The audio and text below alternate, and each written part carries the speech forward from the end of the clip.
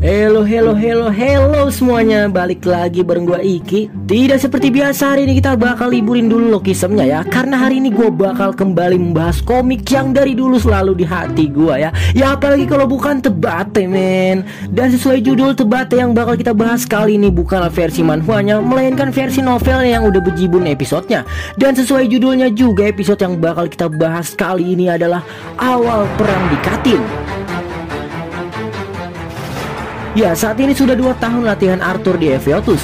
Dan saat Arthur sibuk berlatih di Katyn, tidaklah berdiam diri coy. Dengan dipimpin Aldir dan Virion sebagai jenderal perang, di Katyn pun menyiapkan batalion tentara mereka yang berisikan para mage petualang dan pejuang-pejuang yang setara dengan petualang kelas A. Dan dengan pasukan tersebut, perang di Katyn dengan ala Kriya pun dimulai.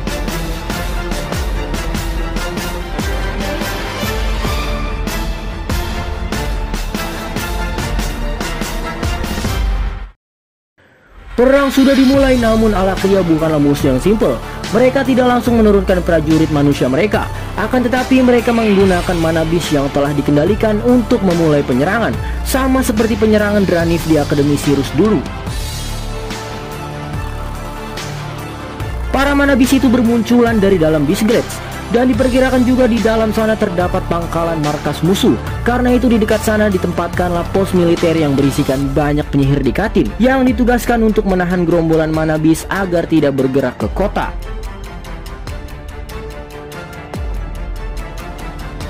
Di masa penyerangan ini, para keluarga bangsawan sangat diperhatikan coy. Mereka selalu dikawal dan selalu dilatih. Mereka juga tidak diizinkan untuk berpergian kemana-mana coy, karena akan berbahaya bagi mereka. Contoh saja keluarga Glider. Curtis dilatih secara khusus oleh Lance Byron, dan Caitlyn dilatih oleh Lance Farai. Namun coy, berbeda dengan keluarga Herald. Sementara keluarga Glider dilatih oleh Lance, Tessia dilatih secara khusus oleh Jenderal Aldir sendiri men. Waduh. Namun seperti yang tadi gue bilang ya, walaupun mereka mendapat latihan secara khusus, mereka tetap tidak boleh berpergian kemana-mana. Dan ya kalian tahu sendiri lah sifat Tessia itu gimana coy. Karena peraturan seperti ini jadinya dia kayak merasa terkurung gitu coy.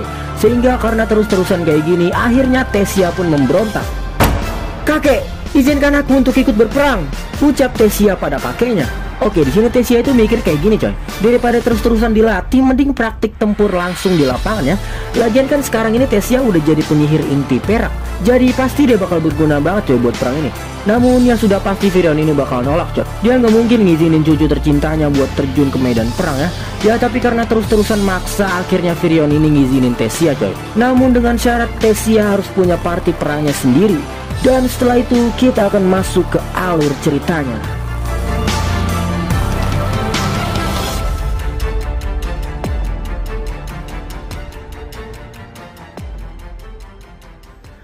Singkat cerita, kini Tessia telah mempunyai partinya sendiri, dan ia juga yang menjadi pemimpin parti tersebut. Parti ini beranggotakan beberapa karakter baru. Ada Darfus, pria gagah yang bersenjatakan 2 kapak. Ada Stanar, mage berambut pirang dengan mata biru. Dan ada Karya, wanita pendek yang merupakan teman masa kecil Darfus. Sekarang ini mereka sedang ditugaskan untuk bergabung ke pos militer di dalam Beastgrades. Di pos militer ini ada banyak sekali penyihir yang merupakan gabungan dari beberapa party coy. Dan mereka semua dipimpin oleh kapten ekspedisi yang bernama Drogo. Nah ini anggap aja orangnya ini ya. Oke, jadi ceritanya partinya Tessia ini habis tempur sama monster mana di dalam Beastgrades. Dan setelah itu mereka pun kembali istirahat ngasoh di pos militer mereka ya. Nah di sini mereka pun istirahat sambil ngopi santuy di tenda mereka. Dan karena habis tempur ya badan pada kotor, Tessia pun berniat mandi. Tapi pas mau mandi dia digodain sama Darfus. Katanya gini coy, "Jangan lama-lama mandinya, nanti gue intip loh." Waduh, siake ya. Ya si Darfus ini emang tipikal kayak begini coy. Dia suka genit sama cewek, suka bertindak seenaknya, dan sebenarnya dia juga agak demen sih sama Tessia. Tapi karena sifatnya yang songong ini, mereka berdua malah sering ribut coy. Dan di sini Tessia pun ngancem, "Oke, siap-siap aja lo kalau ngintip, bakal gue sliding biji salak lo." Karena candaannya juga, Karya selaku teman masa kecil Darfus pun mengeplak pala temannya yang biadab itu. Oke, singkatnya setelah mereka pada selesai mandi, mereka pun lanjut ngopi di perapian. Namun tiba-tiba seseorang yang familiar pun memanggil Tessia dari belakang. "Putri!" kata orang itu. Dan pas Tessia nengok, dia pun terkejut coy, karena itu adalah Helen Shard. Di belakangnya juga ada full anggota Twin Horns yang lainnya. Ada Jasmine, ada Adam, Durden, sama Angela. Wih, Tessia pun girang dong kedatangan orang yang dia kenal ya. "Helen!" ucap Tessia sambil berlari ke arah Helen. Setelah reunian sebentar, Tessia pun memperkenalkan anggota partinya pada party Twin Horns. Dan seperti biasa ya, si Angela ini kalau ketemu sama orang baru pasti selalu ramah coy. Dengan sumringah ia pun menarik Caria dan memberikannya rasa hangat dari kedua gunung kembarnya. Waduh. Ya, singkatnya setelah perkenalan mereka semua pun duduk melingkar di perapian ya. Di sini Tessia terus nanyain tentang perjalanan Twin Horns sebelum datang ke sini coy. Dan ternyata coy, sebelum datang ke sini, Helen dan Twin Horns sudah bertempur di garis pertahanan terdepan di Katyn, The Wall. Di sana mereka tidak hanya bertempur melawan monster mana, melainkan mereka juga melawan para tentara Alakria. Ya, tapi masih yang rocok-rocol ya. Helen juga menyebutkan kalau Alakria adalah musuh yang kuat coy. Mereka menggunakan sihir yang cukup berbeda dan entah bagaimana mereka dapat mengendalikan monster mana sesuka hati mereka.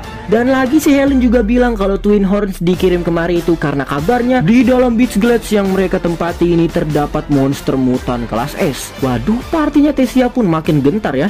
Apalagi si Stannard ini coy. Ya bisa dibilang dia ini penakut dan gak suka sama situasi yang berbahaya ya. Dan pas mereka semua lagi enak-enak ngobrol nih ya, tiba-tiba, woi buka pintu ya woi.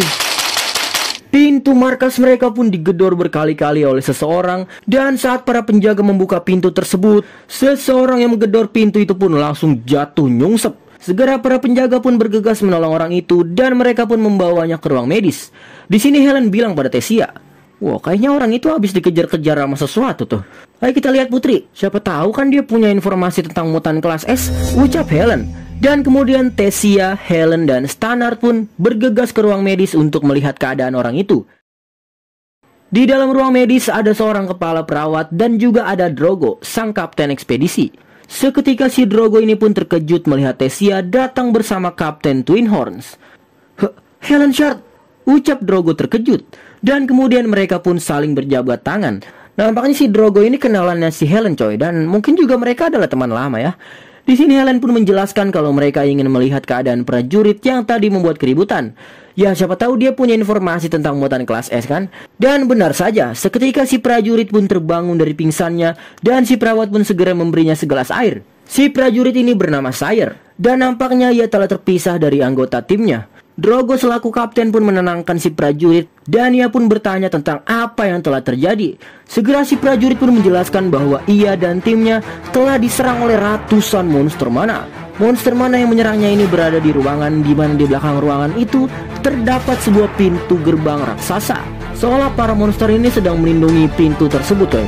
Dan si prajurit ini pun memperkirakan bahwa mungkin tempat itu adalah markas mutan. Mereka semua pun terkejut dong ya, apalagi si Stannard ini coy. Ia langsung menggigil sekujur tubuh ya. Kemudian Sire juga bilang kalau ia telah memasang alat teleportasi massal di dekat sana yang membuat mereka semua bisa langsung pergi ke sana. Setelah mendengar penjelasan Sire, Drogo pun menyuruh semua orang untuk bersiap dan mereka semua pun kembali ke tenda masing-masing. Singkatnya setelah Drogo mengumumkan berita ini pada semua pasukan pun segera menyiapkan diri mereka dan menyiapkan barang-barang mereka. Party Tessia dan Twin Horns juga bersiap-siap coy. Namun di sini Stannard masih merinding dan nggak bisa fokus ya, soalnya musuhnya kali ini adalah mutan kelas S coy. Duh pasti bakal modar nih gua. Namun dengan disemangati oleh Caria, ia pun akhirnya dapat memberanikan dirinya. Singkatnya saat semua pasukan sudah siap, Drogo pun mengaktifkan portal. Wush. Waduh. Portal pun bersinar dan membuat semua pasukan jadi bersemangat. Tessia selaku ketua party pun membakar semangat anggota partinya dengan bilang, kalau kita menang gue bakal traktir kalian makan-makan. Setuju? Setuju, ucap partinya membalas. Dan dengan suara keras Drogo pun mengaum, hei pribadi, serang! Mereka semua pun langsung pada berlari memasuki portal dan segera berteleportasi di dekat sarang mutan coy. Seketika mereka semua pun disambut oleh puluhan monster mana dan itu sedikit membuat mereka terkejut ya. Namun dengan semangat yang membara mereka semua pun membantai semua monster mana yang ada.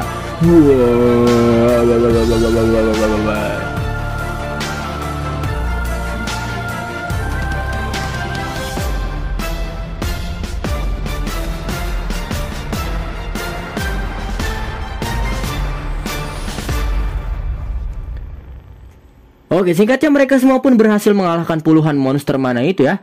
Dan di sini mereka pun beristirahat sebentar sebelum melanjutkan perjalanan ke sarang mutan. Di sini Tesia sedikit mikirin ya, soalnya tadi pas tempur pasukan mereka gugur beberapa orang coy.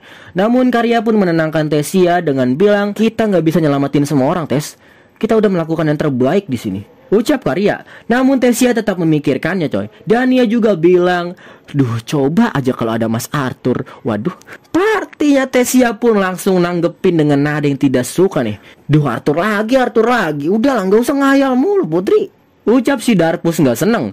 Ya sebenarnya si Tesia ini sering nyeritain kehebatan Arthur ke teman-teman setimnya ini coy.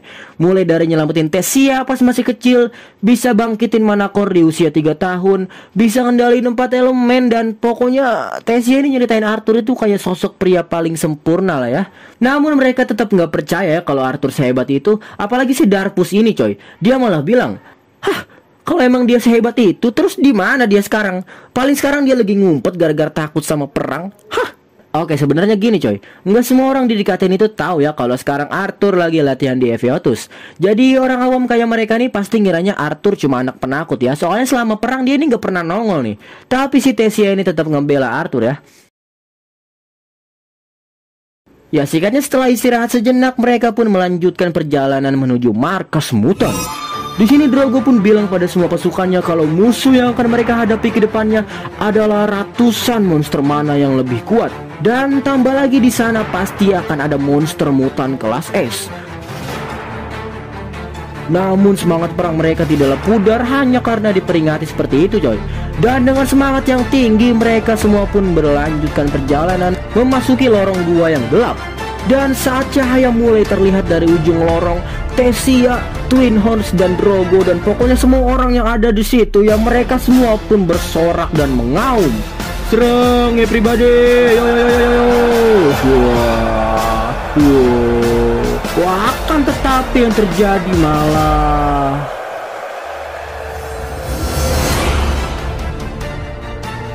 betapa terkejutnya semua orang melihat ratusan monster mana telah berserakan dan sudah menjadi mayat. Di sini mereka berpikir, mungkinkah mereka semua makan satu sama lain? Atau apakah ada seseorang yang telah membantai mereka? Namun seketika pandangan mereka pun teralihkan oleh pintu besar yang berada di pojok ruangan itu. Drogo pun menyimpulkan bahwa itu adalah pintu yang dikatakan si Sire tadi coy. Kemudian Drogo pun memberanikan diri untuk membuka pintu, dan saat pintu terbuka, mereka semua pun dikejutkan oleh ratusan mayat monster mana yang menumpuk menjadi gunung. Di atas mayat monster itu duduklah seorang pria dengan wajah yang tertutup bayangan. Namun semua orang bisa melihat jelas apa yang diduduki oleh si pria itu. Ya, itu adalah monster mutan kelas S yang selama ini mereka cari dengan susah payah. Kini sudah menjadi mayat. Di sini Standard bisa merasakan bahwa pria ini memberikan tekanan yang luar biasa coy. Tekanan ini bahkan cukup untuk membuatnya lari meninggalkan tempat ini. Namun sebelum ketakutan menguasai dirinya, Tesia pun maju beberapa langkah mendekati sosok pria itu. Dan Mas, kaukah itu? Ucap Tesia, sehingga itu membuat seluruh pasukan tentara kebingungan menatapnya coy. Seketika muncullah rubah kecil dari sisi pria itu, dan ia pun langsung loncat ke pelukan Tesia. Sylvie, ucap Tesia senang, dan sekali lagi itu membuat semua pasukan di sini menjadi kebingungan. Seketika Drogo pun mengambil keberanian dan ia pun berbicara. Kau, sebutkan namamu. Seketika pria itu pun langsung turun dari gunungan mayat, dan dengan tenang pria itu pun berjalan ke arah Drogo. Sambil memberikan tekanan yang luar biasa, pria itu pun menyebutkan namanya, Arthur Lewin. Boom. Oke, jadi itu tadi adalah novel Tebate chapter 130 sampai 134 ya. Aduh, masih ada banyak banget chapter ke depannya coy. Perang di Katyn masih panjang, belum lagi nanti cerita Arthur di Alakria ya. Dan karena itu gue bakal coba bikin ceritanya dari sesingkat mungkin, namun dengan value yang sama serunya ya. Jadi tungguin aja terus cerita Tebate ke depannya, oke? Oke lah coy, mungkin kita akhiri dulu videonya sampai sini ya. Thank you banget udah mau nonton sampai habis, dan selamat melanjutkan aktivitas kembali ya. Bisa seperti biasa ya, bye-bye semuanya pribadi. Jangan lupa makan, jangan lupa sholat, jangan lupa chat ayang apa gitu. Jangan lupa ini sih yang paling penting ya. Jangan coli ya, jangan coli itu, jangan dosa. Udah ya, bye-bye.